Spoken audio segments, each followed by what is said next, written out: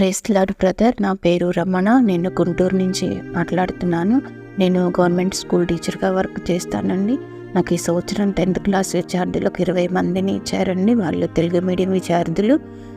వాళ్ళకి ఏమీ రావు, 0. అలాంటి విద్యార్థులు నేను పాస్ చేయాలి. నేను నా వ్యక్తిగత సమస్యలతోటి నేను చాలా ఇబ్బంది పడుతూ ఉన్నాను.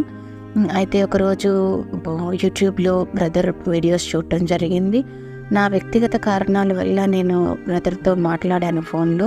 సో బ్రదర్ని ప్రార్థనలో ఇలా మార్పు చేసుకోండి సిస్టర్, మీరు అద్భుతాలు చూస్తారని చెప్పారు. సో నేను అలాగనే మార్పు చేసుకొని ప్రార్థిస్తూ ఉన్నాను. అయితే నాకు ఒకరోజు ఒక ఆలోచన వచ్చింది. మా పిల్లలకు కూడా నేను ప్రార్థనలో కొంచెం మార్పు చెప్తే చేస్తారేమో, వాళ్ళు పాస్ అవుతారేమో ఒక ఆలోచనతోటి నేను ఒకరోజు క్లాస్లో చెప్పడం జరిగింది. నేను పాస్ అయినందుకు వందనాలు ప్రభువా, నేను వచ్చే సంవత్సరం కాలేజీకి వెళుతున్నందుకు వందనాలు ప్రభువా అని చెప్పండి అమ్మా. రోజు ఈ మాట చెప్పండి, మీకు ఖచ్చితంగా అద్భుతం జరుగుతుంది అని చెప్పాను. సో అలాగనే మా విద్యార్థులు చేస్తున్నారు అనుకున్నాను. ఒక 2-3 రోజుల తర్వాత నాకే నేను చెప్పింది వీళ్ళు చేస్తున్నారా లేదా అనిపించి మళ్ళీ అడిగాను. అడిగితే 20 మంది విద్యార్థుల్లో దాదాపు 10 మంది పిల్లల వరకు చేతులు ఎత్తారు. మేము చేస్తున్నాము అన్నారు. ఓకే అనిపించి నేనే నోట్స్లు తెప్పించి తలా ఒక నోట్స్ ఇచ్చి రోజు ఒక పేజీలో నేను కాలేజీకి వెళుతున్నందుకు వందనాలు ప్రభువా, నన్ను పాస్ చేసినందుకు వందనాలు ప్రభువా అని చెప్పి రాయండి అమ్మా అని చెప్పాను. రాస్తున్నారు. అప్పటికే మాకు SA1 ఎగ్జామ్స్ జరగలేదు. మీరు కానీ నమ్మి చేస్తే SA1కే మీరు రిజల్ట్ చూస్తారు అని చెప్పాను. నేను చెప్పినట్టుగానే SA1 రిజల్ట్ వచ్చింది. ఎత్తిన 10 మంది విద్యార్థుల్లో 8 మంది విద్యార్థులు పాస్ అయ్యారు. అన్ని సబ్జెక్టులు పాస్ అవ్వడం జరిగింది.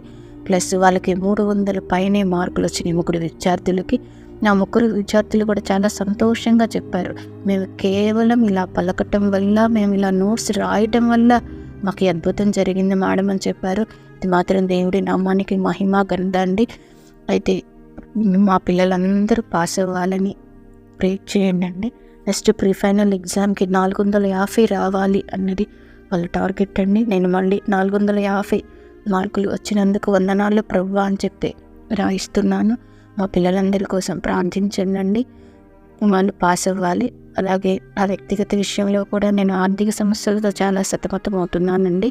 నేను ఈ నెలాఖరికల్లో 1 లక్ష రూపాయలు అప్పు తీర్చాలి. కానీ దేవుడు నాకు నెలాఖరి కాకముందే ఆ కృపనిచ్చాడు. ఈరోజే నా అప్పు అంతా నేను తీర్చేశానండి. 4 లక్ష రూపాయలు అప్పు తీరింది.